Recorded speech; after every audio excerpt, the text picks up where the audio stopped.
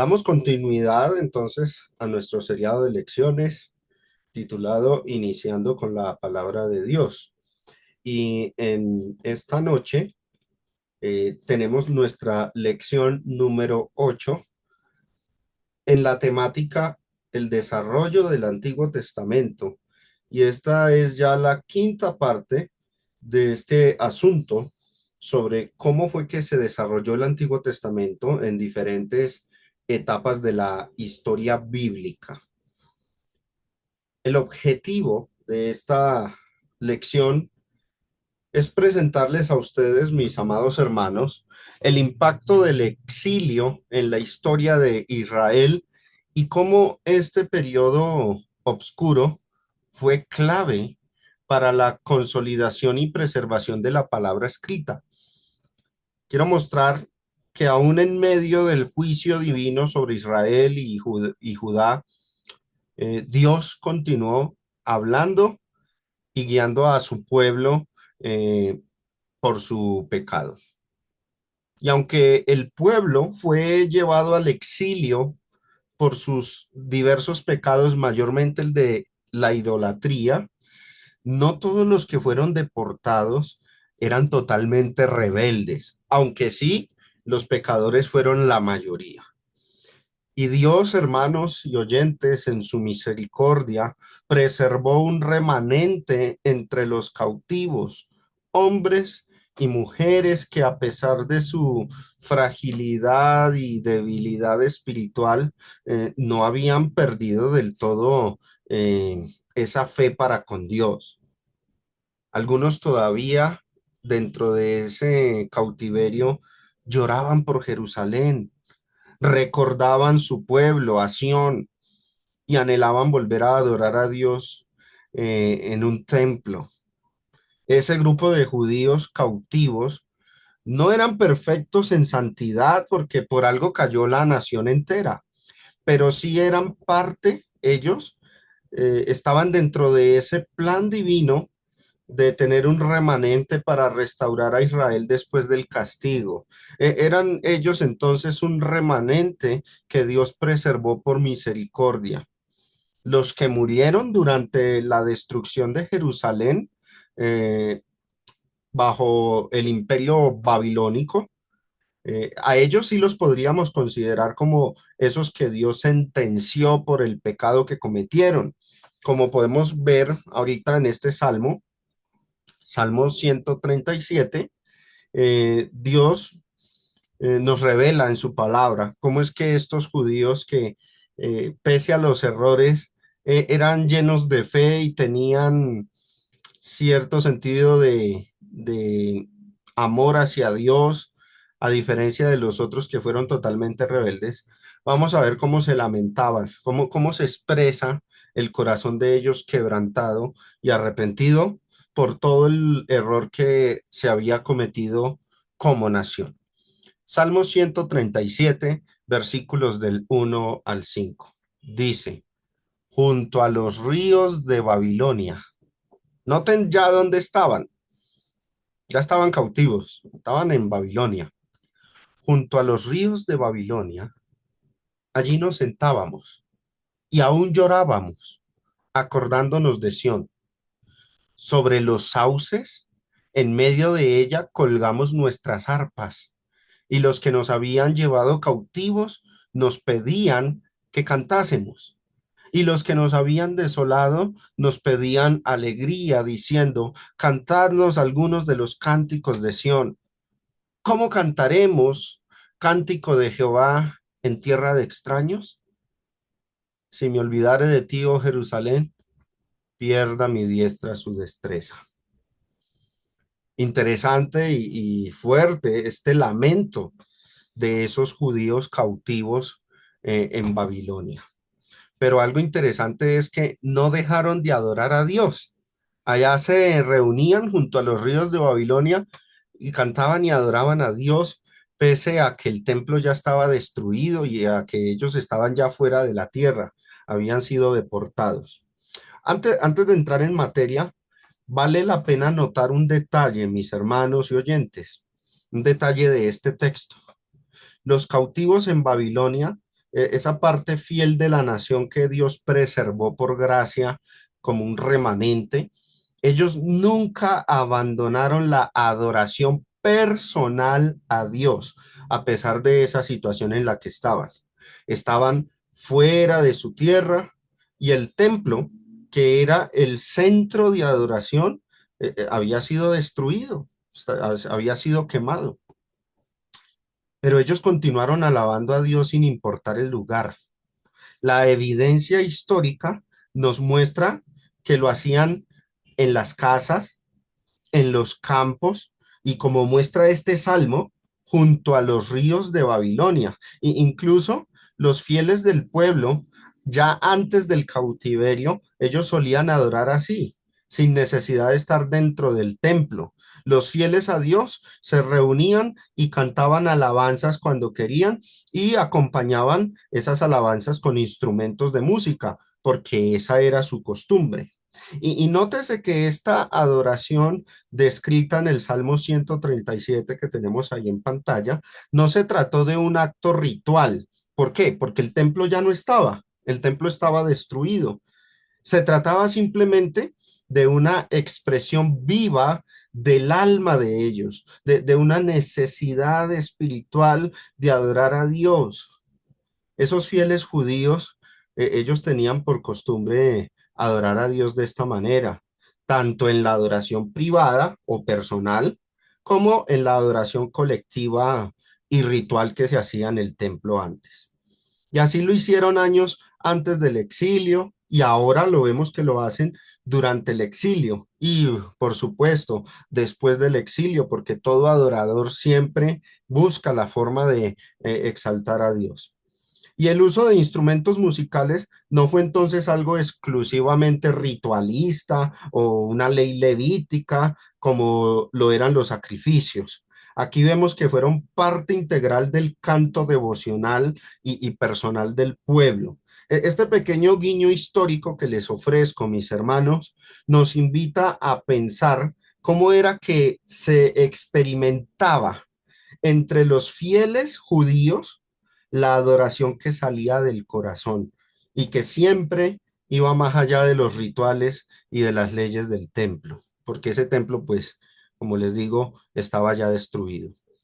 Nosotros hoy día, ante cualquier situación que tengamos, sea en medio de una pandemia como la que experimentamos, sea en medio de una guerra, de enfermedad, de viajes, de pronto a lugares donde no haya una iglesia local, eh, debemos siempre mantener un espíritu de adoración en fidelidad a Dios. Es una moraleja que nos deja este Salmo 137. Pero bueno, el tema es esto, el cautiverio, cómo se desarrollaron las escrituras durante el cautiverio. Y ahí tenemos entonces el título que vamos a abordar, las escrituras durante el cautiverio babilónico, desde el año 586 hasta el año 538 antes de Cristo.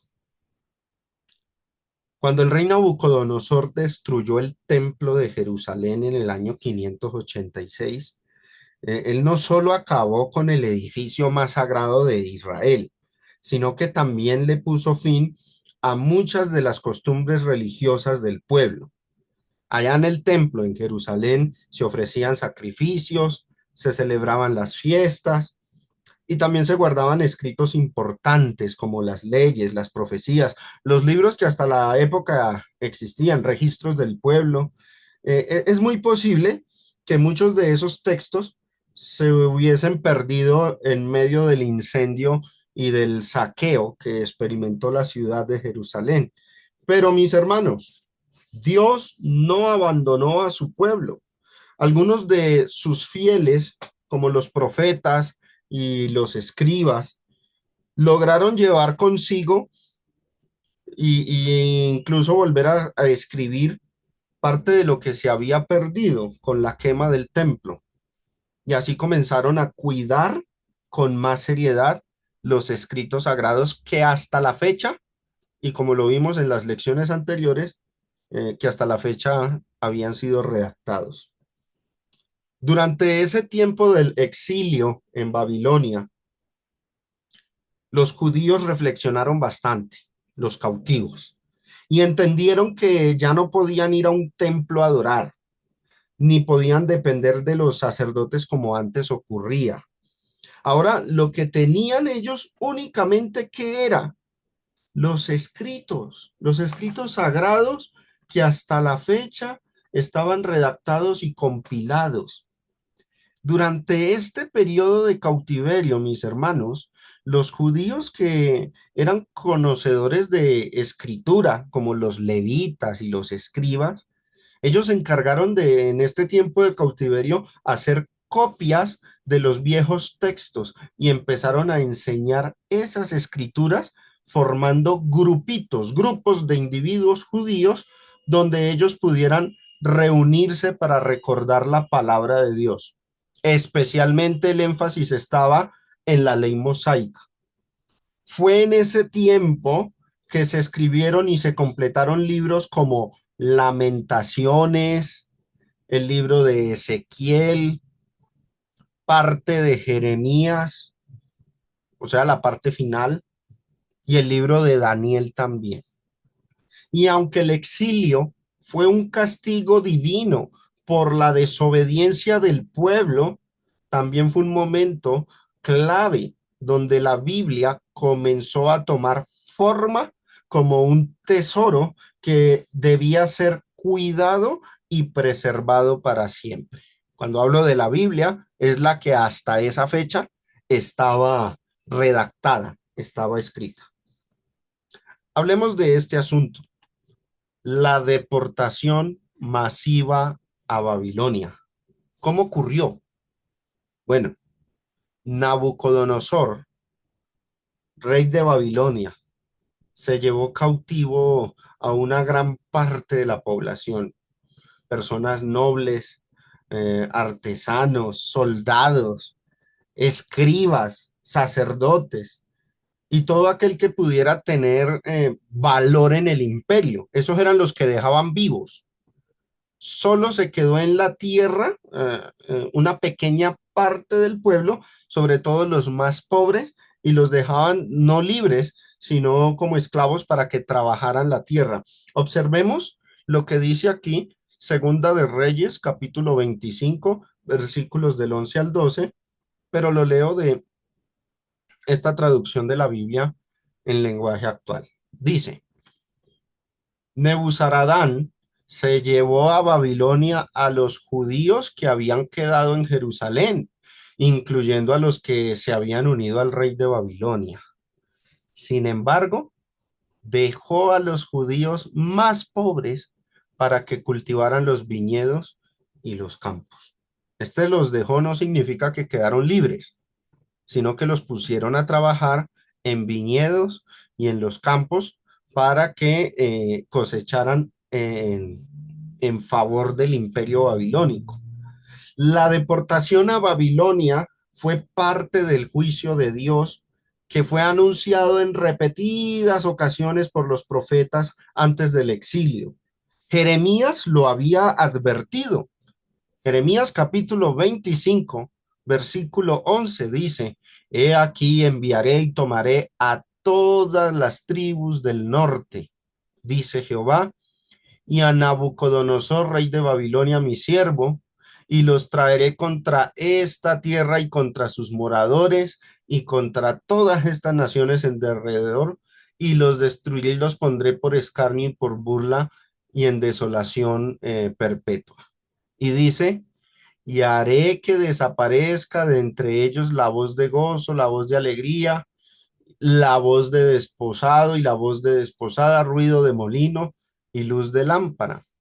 Toda esta tierra será puesta en ruinas y en espanto, y servirán estas naciones al rey de Babilonia 70 años.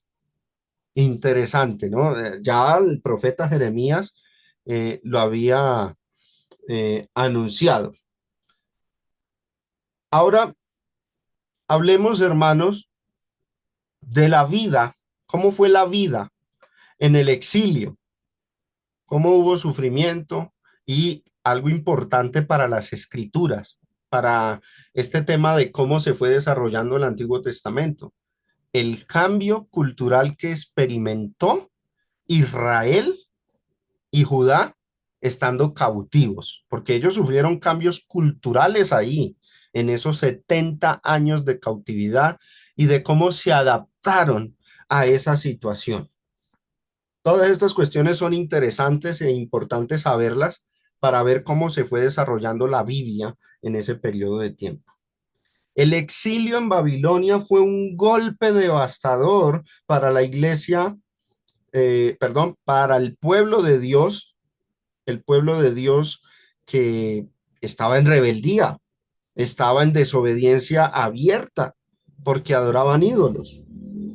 Y ellos estaban acostumbrados a vivir en su tierra, con su templo, celebraban sus fiestas y su estructura religiosa según la ley de Moisés, pero ahora se encontraban en un país, en un imperio extraño, sin libertad, sin rey, sin altar donde ofrecer sus sacrificios, y ahí comenzaron a experimentar una transformación profunda en su cultura y en su manera de vivir.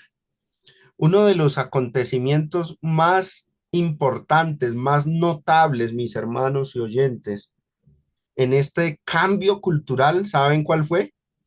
El cambio del idioma.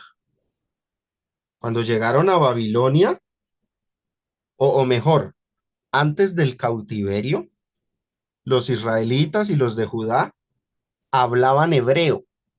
Ese era el idioma oficial de la nación judía. Pero cuando llegaron a Babilonia, comenzaron a hablar en arameo, porque esa era la lengua más común del imperio babilónico, que la Biblia llama caldeo. El arameo, hermanos, era una lengua que ya estaba establecida en la región mucho antes del exilio, y los israelitas comenzaron a usar el arameo porque era el idioma común del imperio babilónico y también del persa incluso, más adelante. Y aprender ellos, estando en cautividad, aprender ese idioma facilitó la comunicación para poder vivir en esa nueva realidad en la que se encontraban. Con ese acontecimiento, el arameo se convirtió en la lengua oficial, la lengua cotidiana del pueblo, y el hebreo siguió siendo simplemente la lengua sagrada, o sea, la que se empleaba para leer las escrituras, para la meditación y las oraciones, y la lectura de la ley. Este cambio de idioma, obviamente, hermanos, no fue de inmediato, porque es que se dio, tuvo lugar durante esos 70 años de cautiverio, ¿no? No creamos que llegaron y de una vez ya cambiaron el idioma. Fue un proceso, y con el tiempo el arameo fue reemplazando al idioma hebreo como lengua de uso cotidiano. Es más, parte del libro de Daniel está escrito en arameo. Y también por eso, siglos después, en los días de nuestro Señor Jesucristo y de los apóstoles, todos ellos hablaban en idioma arameo. En Daniel capítulo 2 versículo 4 leemos: entonces hablaron los caldeos al rey en lengua aramea. Rey, para siempre vive.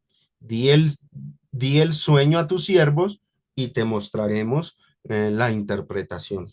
El idioma que hablaba Nabucodonosor y todos los de Babilonia, los caldeos, era la lengua aramea. Y este fue el idioma que los judíos cautivos comenzaron a hablar. Además del idioma, los judíos también adoptaron nuevas costumbres. Por ejemplo, los nombres de las personas, los calendarios. A Daniel y a sus amigos les cambiaron los nombres hebreos por nombres arameos. Daniel fue llamado Belsasar, Ananías fue llamado Sadrach, Misael fue llamado Mesac y Azarías fue llamado Abed-Nego, según Daniel capítulo 1. Esto fue un intento de ajustarse al sistema cultural y religioso de Babilonia. Y a pesar de estas cuestiones, muchos de los judíos que estuvieron cautivos se mantuvieron fieles a Dios. El exilio los obligó a ellos a buscar nuevas maneras de preservar la fe, sabiendo que ya no podían ir al templo. Ya no tenían templo. El sacerdocio levítico ya no estaba activo. La lectura y la meditación en la palabra empezó a tomar fuerza, más fuerza que los rituales del templo. Y con esto se fue generando una conciencia de estudio de las escrituras y se fue fortaleciendo, hermanos, en ese periodo empieza a nacer el rabinismo, los rabinos, los maestros de la ley. Ellos se fueron consolidando y empiezan a emerger, es en este periodo de tiempo. El trabajo de ser escriba fue mucho más valorado que antes. Así que hubo cambios fuertes, cambios culturales y religiosos en ese periodo de tiempo del cautiverio que fue preparando, esos 70 años fueron preparando ese terreno para lo que sería más adelante el judaísmo posexílico, que se enfocaba en las escrituras, en la Torá, como lo llaman los judíos, se enfocaba en las oraciones y en comunidades que se reunían en torno al estudio de las escrituras. Empezaron a reunirse a las orillas de los ríos, como lo leímos ahorita en el Salmo 137. Se reunían en los campos o en algunas casas mientras estuvieron cautivos.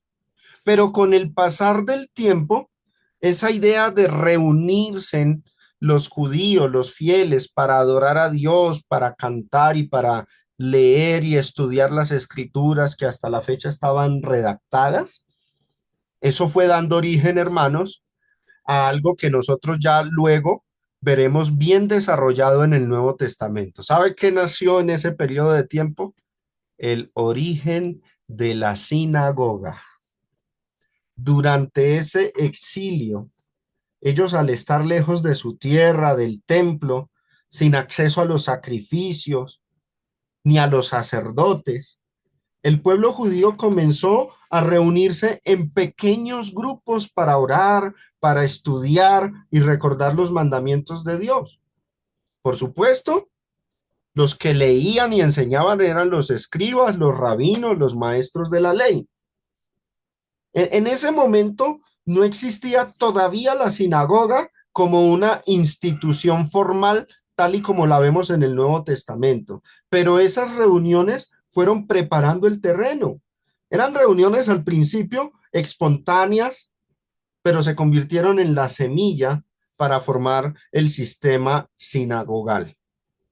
Ahí podemos ver una imagen, un gráfico, un dibujo de Ezequiel y el pueblo exiliado, porque Ezequiel fue uno de los profetas que reunía al pueblo en el exilio y les hablaba de parte de Dios con profecía y también pues con lectura de la ley de Moisés y de los escritos sagrados que hasta la fecha estaban redactados.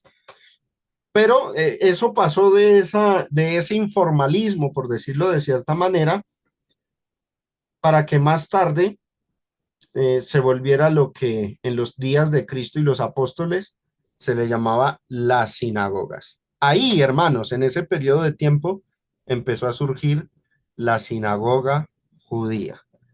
Ya cuando uno lee el Nuevo Testamento, han pasado por lo menos 500 años y entonces ya uno ve era que los judíos se reunían en sinagogas para leer y estudiar las escrituras. Ya se había adoptado esa institución ya en los tiempos de Cristo. La palabra que hasta esa fecha estaba escrita se volvió, hermanos, el centro de la vida espiritual del pueblo que estaba cautivo. Y las comunidades de judíos que estaban dispersos se reunían entonces según su lugar, se reunían por grupos, estudiaban las escrituras y así se fue fortaleciendo el concepto de sinagoga, el cual se implementó después de que regresaron del exilio. Interesante, ¿no? Hablemos también de esto, el origen del rabinismo y el liderazgo de los escribas.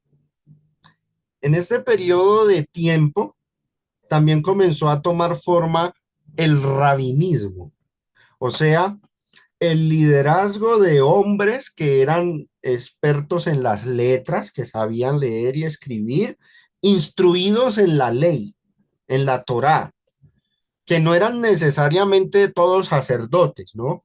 Pero que se encargaban de enseñar, de preservar y aplicar la palabra de Dios. Ahí, hermanos, en ese periodo nacen en una forma de un orden más religioso, digamos, más organizado, más jerárquico, los escribas, lo que los judíos llaman soferín, los escribas, cuyo oficio comenzó a consolidarse con mayor fuerza en esa época. Ellos copiaban los textos sagrados y los explicaban al pueblo. Este cambio marcó una transformación importante, hermanos. Antes del cautiverio, el pueblo se enfocaba en los sacrificios, en el templo, pero después del cautiverio ya se enfocaban más en la escritura. El judaísmo comenzó, el posexílico, eh, nació del dolor del exilio, lo que experimentaron allí, y se edificó sobre una base más sólida.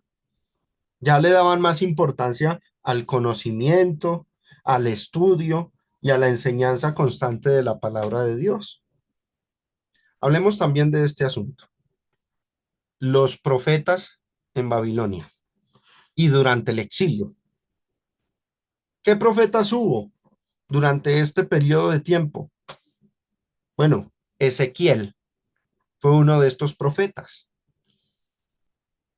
Ezequiel fue llevado al exilio en una de las primeras deportaciones, más o menos en el año 597 antes de Cristo, junto con el rey Joaquín y otros líderes del pueblo. Vamos a leer. Ezequiel capítulo 1 del 1 al 3. Aconteció en el año 30, en el mes cuarto, a los 5 días del mes, que estando yo en medio de los cautivos junto al río Quebar, los cielos se abrieron y vi visiones de Dios. En el 5.º año de la deportación del rey Joaquín, a los 5 días del mes. Y vino palabra de Jehová al sacerdote Ezequiel. Noten que Ezequiel no era solamente un profeta, él era sacerdote. Vino palabra de Jehová al sacerdote Ezequiel, hijo de Buzi. ¿En dónde le llegó la revelación? En la tierra de los caldeos, o sea, estando cautivo en Babilonia junto al río Quebar, vino allí sobre él la mano de Jehová. Dios lo llamó, era un sacerdote, pero Dios lo llamó como profeta mientras se hallaba entre los cautivos junto al río Quebar. Ezequiel tuvo visiones y ustedes, hermanos, leen el libro de Ezequiel y hay unas visiones impactantes y alentadoras para el pueblo, como esa visión de el valle de los huesos secos, que hablaba o profetizaba el regreso del pueblo a su tierra como una resurrección espiritual. Vamos a leerlo. Ezequiel capítulo 37, versículos del 1 al 14. La mano de Jehová vino sobre mí y me llevó en el espíritu de Jehová y me puso en medio de un valle que estaba lleno de huesos. Es una visión que tiene, ¿no? Y me hizo pasar cerca de ellos por todo en derredor, y aquí eran muchísimos sobre la faz del campo, y por cierto, secos en gran manera. Y me dijo, hijo de hombre, ¿vivirán estos huesos? Y dije, Señor Jehová, tú lo sabes. Me dijo entonces, profetiza sobre estos huesos y diles, huesos secos, oíd palabra de Jehová.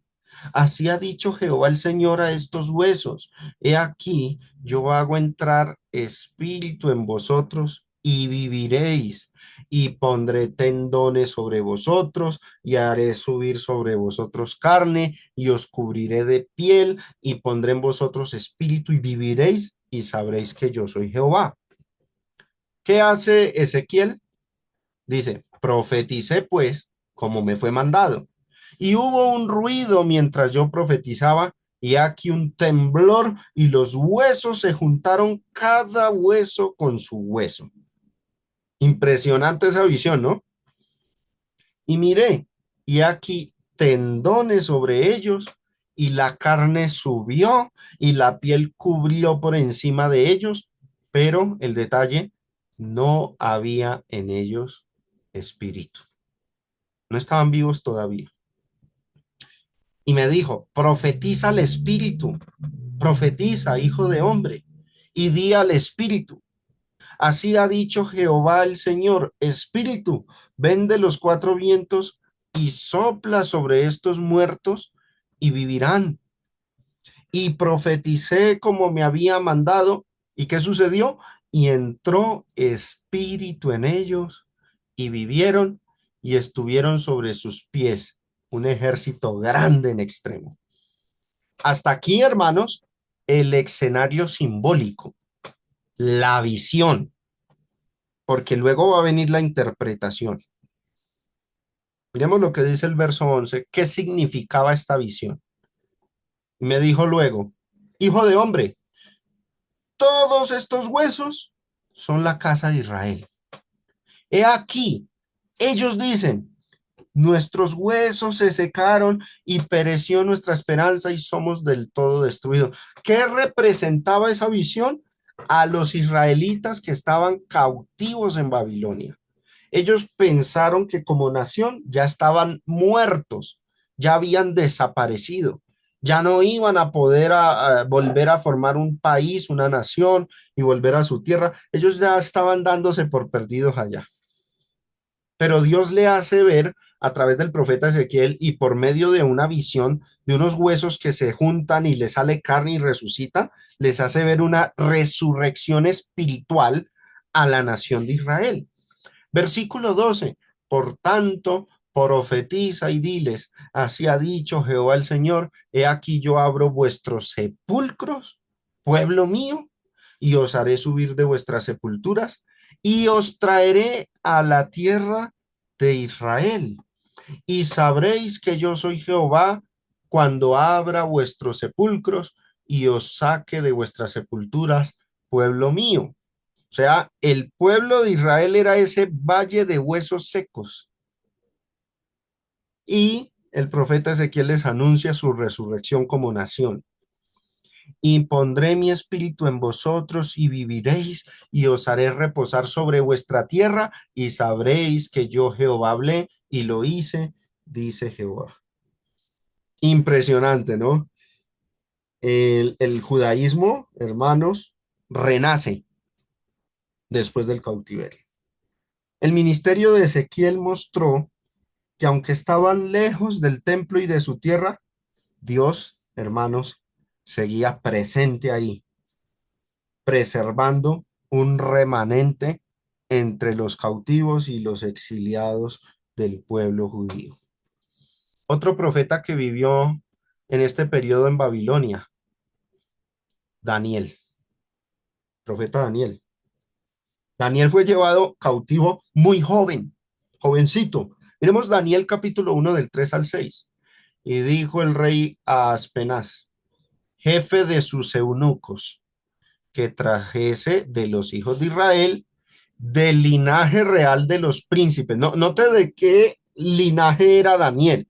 Él ya no era sacerdote, él era del linaje real de los príncipes. O sea, que si Israel no hubiera sido destruida por Babilonia, posiblemente Daniel hubiera sido rey de Israel, porque era del linaje real.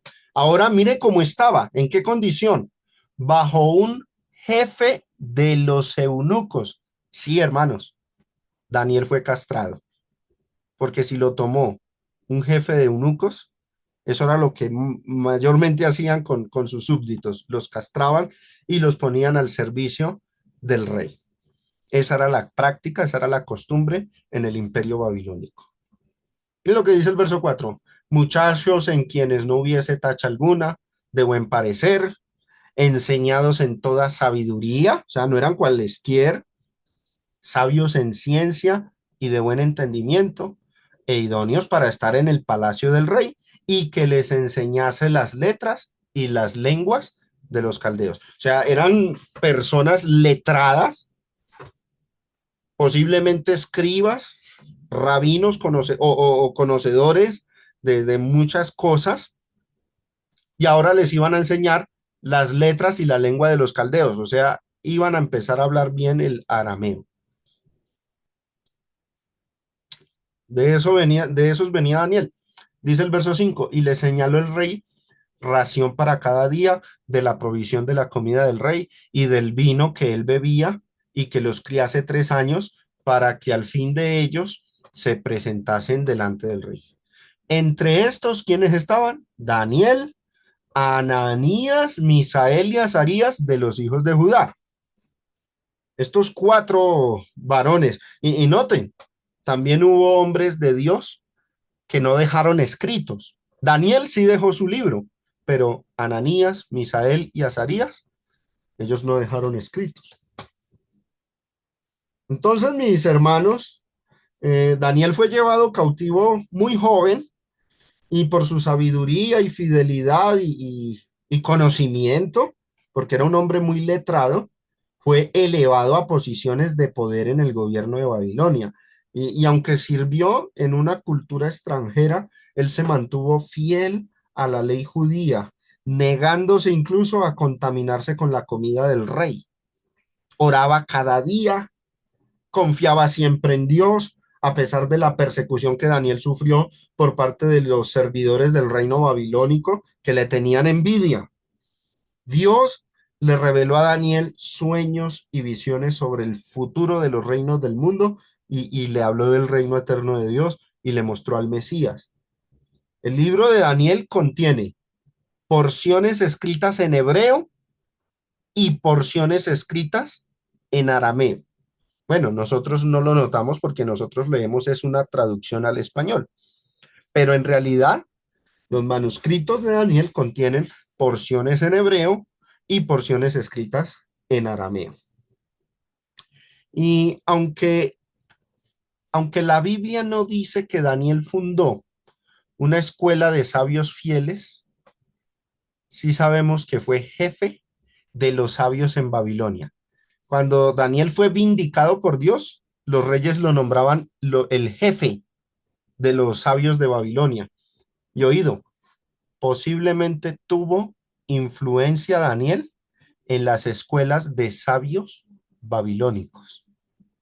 Algunos estudiosos han sugerido que su legado pudo haber sembrado una semilla entre los sabios de Oriente. Quizá por eso, siglos más tarde, unos magos vinieron desde aquella región buscando al Mesías. Miren lo que dice Mateo. Cuando Jesús nació en Belén de Judea en días del rey Herodes, ¿vinieron de dónde? Del oriente, o sea, de Babilonia, a Jerusalén, unos magos diciendo, ¿dónde está el rey de los judíos que ha nacido? Porque su estrella hemos visto en el oriente y venimos a adorarle. Mateo capítulo 2 del 1 al 2. No, no podemos afirmarlo con certeza, pero es interesante pensar, hermanos, cómo la fidelidad de Daniel a Dios pudo dejar una huella en generaciones futuras, aún en los sabios de Babilonia. Porque preguntémonos, ¿cómo sabían estos magos que iban a ser el rey de los judíos? ¿Cómo sabían ellos que había que adorarlo? ¿Cómo sabían ellos acerca de la estrella? Bueno, el texto dice que eran de Oriente. Y si uno mira un mapa, queda es Babilonia. Entonces, el que los pudo haber instruido desde siglos atrás dejando esa información, lo más posible es que era Daniel, porque Daniel fue jefe de los sabios de Babilonia, de los magos. Entonces, es muy coherente esto, y aunque pues la Biblia no lo declara directamente, uno lo puede inferir, uno lo puede concluir. Otro profeta que vivió en este periodo de tiempo. Bueno, este profeta del que les voy a hablar vivió antes del cautiverio y parte del cautiverio, y fue el profeta Jeremías. Aunque Jeremías permaneció en Jerusalén hasta la caída de la ciudad, como lo narra el capítulo 39 de su libro, su ministerio continuó estando presente entre los exiliados. En Jeremías 29 se registra una carta enviada a los cautivos de Babilonia, donde Dios les manda que edifiquen casas, que planten huertos y que busquen la paz en la ciudad donde vivan, que se comporten bien allá entre los exiliados. Y les profetiza Jeremías que esa desolación o cautividad nomás iba a durar 70 años. Jeremías 29 del 10 al 14. Porque así dijo Jehová: cuando en Babilonia se cumplan los 70 años, yo os visitaré y despertaré sobre vosotros mi buena palabra para haceros volver a este lugar, porque yo sé los pensamientos que tengo acerca de vosotros, dice Jehová, pensamientos de paz y no de mal, para daros el fin que esperáis. Entonces me invocaréis y vendréis y oraréis a mí y yo os oiré. Y me buscaréis y me hallaréis, porque me buscaréis de todo vuestro corazón. Y seré hallado por vosotros, dice Jehová, y haré volver vuestra cautividad, y os reuniré de todas las naciones y de todos los lugares a donde os arrojé, dice Jehová, y os haré volver al lugar de donde os hice llevar. Esa fue la voz de Jeremías después de estar entre los cautivos. Para ir finalizando, hablemos de esta temática que es la que concierne a nuestra lección: la producción y revisión de textos sagrados. Durante el exilio en Babilonia, al no haber templo, ni altar, ni sistema sacerdotal funcionando, los judíos comenzaron a centrar su fe y su identidad religiosa en algo que no podía ser destruido. ¿Qué? La palabra escrita.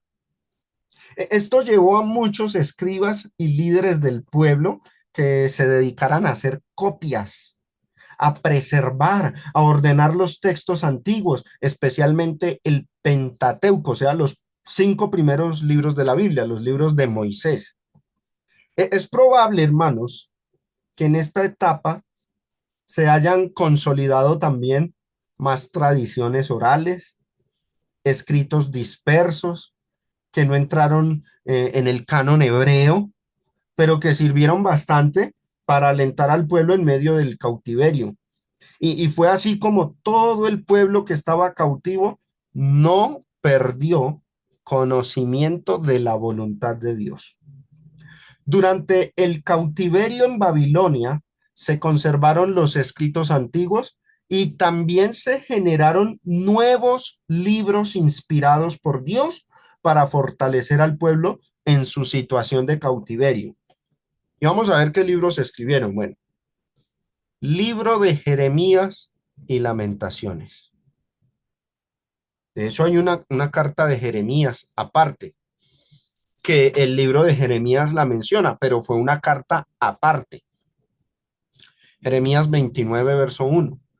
Estas son las palabras de la carta que el profeta Jeremías envió a Jerusalén. ¿Dónde tenemos esa carta? No la tenemos en la Biblia, pero aquí el libro de Jeremías la recapitula. De la carta que el profeta Jeremías envió a Jerusalén, ¿a quiénes se la envió? A los ancianos que habían quedado de los que fueron transportados, y a los sacerdotes y profetas. Noten que había más profetas, y a todo el pueblo que Nabucodonosor llevó cautivo de Jerusalén a Babilonia. O sea, hermanos, también hubo profetas que no quedaron registrados por su nombre en este periodo de tiempo. profetas desconocidos en cuanto a nombre, pero de que los hubo porque este texto lo dice. Y hasta una carta escribió Jeremías, carta que no la tenemos en la escritura, pero que aquí Jeremías 29 la recapitula o la resume. Jeremías escribió durante esta etapa. Otro profeta que dejó escrito el libro de Ezequiel. Ezequiel, como ya lo vimos, pertenecía al linaje sacerdotal de Leví y también vivió entre los cautivos y recibió visiones y revelaciones que luego quedaron escritas. Otro libro que quedó de un profeta, el libro de Daniel. Él sirvió en el gobierno babilónico, pero escribió sobre sueños y eventos que mostraban que Dios seguía teniendo el control del mundo y que iba a guiar a su pueblo. Incluso se extiende Daniel más hasta los días de Cristo en sus profecías. Estos textos, hermanos, consolaron al pueblo y quedaron haciendo parte de nuestras Biblias. Estos libros los tenemos nosotros en nuestras Biblias. El cautiverio de 70 años fue un periodo oscuro para la nación, pero fue clave para que el pueblo de Israel se arrepintiera, reafirmara su pacto, su compromiso con Dios y con la palabra escrita como eje de su fe y religión, para que dejaran de enfocarse en los sacrificios como hacían antes. A ellos les tuvo que haber quedado muy claro que ya no podían depender de los sacrificios y del ritualismo del templo, sino que tenían que aprender a conocer a Dios en otra forma, en una escala más íntima, más en lo personal que en lo ritual. Lo único que conservaban era la palabra de Dios. Y así nació una generación más consciente de la necesidad de leer, de enseñar y de copiar las escrituras con fidelidad. Esta transformación fue decisiva para lo que luego fue el judaísmo post-exílico, donde el papel del escriba, del maestro de la ley, y el texto sagrado iban a ser el corazón espiritual y religioso del pueblo. En ese periodo aparecerían personajes como Esdras, Nehemías, posteriormente nacerían sectas judías como los escribas, como los saduceos y los fariseos. Pero bueno, de eso hablaríamos en la siguiente lección. Aquí una pintura de el exilio babilónico, la deportación de los hebreos del reino de Judá a Babilonia tras la destrucción del templo de Jerusalén. Es una pintura de James Tissot, y ahí está la fecha, ahí la comparto para que ustedes observen. El exilio babilónico, hermanos, fue uno de los momentos más difíciles, más humillantes de la historia del pueblo de Israel y está sin templo, sin rey, lejos de su tierra, y bajo el dominio de una cultura extranjera. Parecía que todo estaba perdido, pero Dios, hermanos, en ese tiempo de oscuridad, los guió con la palabra y no los dejó sin profeta. La palabra de Dios en ese periodo de tiempo brilló con más fuerza, porque ya sin templo se hacían a las orillas de los ríos, adoraban a Dios, le cantaban, lo exaltaban y leían su palabra o la escuchaban directamente por medio de profetas que estaban en ese exilio. El exilio fue un periodo profundo de despertar espiritual y de reorganizarse en ellos, en su fe judía, en torno a la escritura. Esta etapa de la historia fue clave en la formación del Antiguo Testamento. Ahí fue donde se consolidó el escriba, surge la sinagoga como un nuevo centro de enseñanza que hasta los días de Cristo lo vemos que seguía implementado y se preparó el terreno para un judaísmo más enfocado en las escrituras. El idioma del pueblo cambió. Cuando la generación del exilio murió, hermanos, y vino una nueva generación que fue la que entró de nuevo a la tierra, ya el idioma del pueblo era el arameo. Por eso los escribas y maestros de la ley se comenzaron a esforzar no solo por aprender y estudiar las escrituras antiguas hebreas, sino también por enseñarles correctamente al pueblo en su idioma más popular esas escrituras que estaban ya en otro idioma. Dios usó el dolor del exilio para despertarlos, para afirmar que su palabra no depende de muros, de templos, de rituales, sino que su palabra es viva, poderosa y capaz de sostener la fe aún en esclavitud, aún en cautividad, aún en tierras lejanas.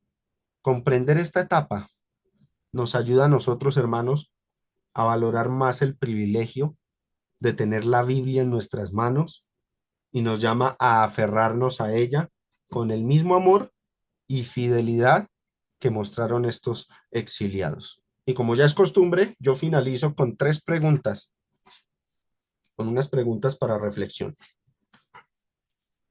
¿Qué nos enseña el exilio sobre la fidelidad de Dios, aun cuando somos infieles? ¿Qué nos enseña? Que Dios está ahí, acompañándonos y proveyendo una salida y dándonos oportunidad para arrepentirnos. Segunda pregunta, ¿cómo puedo valorar más la palabra escrita viendo todo lo que costó preservarla? Porque a veces, tenemos la Biblia ahí o en el celular instalada o en el computador, pero como que no le damos ese valor y no sabemos la historia de ella, de cómo fue que se escribió en medio de crisis. Si sabemos esa historia, yo creo que podemos aprender a valorar más las escrituras. Y la pregunta final, que quiero que la meditemos bien, ¿estoy dejando que la escritura sea el centro de mi vida espiritual, como lo tuvieron que aprender los exiliados? ¿O le doy más importancia a los ritualismos como lo hizo el pueblo que cayó en ese exilio? ¿A qué le das, hermano, hermana, persona que me escucha, a qué le das más importancia? ¿Al ritualismo? Bueno, este pueblo que era ritualista tuvo que aprender que eso no era lo más importante, sino que lo más importante era convertir la palabra de Dios en el centro de la vida, en el eje, en la fuente de autoridad máxima y no en los rituales. Hoy día es triste ver cristianos que le dan más importancia a cuestiones rituales y entre tanto descuidan el estudio de las escrituras. Y por eso tenemos cristianos muy fieles los domingos, cumplidores de todos los rituales de adoración, pero al mismo tiempo desconocedores de las escrituras y de todos estos asuntos. Y por eso muchos dicen, ay, yo nunca había escuchado estos temas. Ay, ¿por qué? Porque nunca estudiaron con diligencia, sino que todo su cristianismo lo dedicaron a ritualismo. Y el ritualismo trae consigo falta de amor, falta de afecto fraternal, falta de vida cristiana, falta de aplicación de las escrituras en la vida, y pues ya sabemos las consecuencias que tuvo que experimentar el pueblo de Israel y la lección que tuvieron que aprender. Esta historia queda para nosotros, para que no hagamos como ellos hicieron y le demos prioridad a lo que verdaderamente vale la pena y es valioso delante de Dios. Hasta aquí, mis hermanos, esta lección y que el Señor Todopoderoso les siga bendiciendo.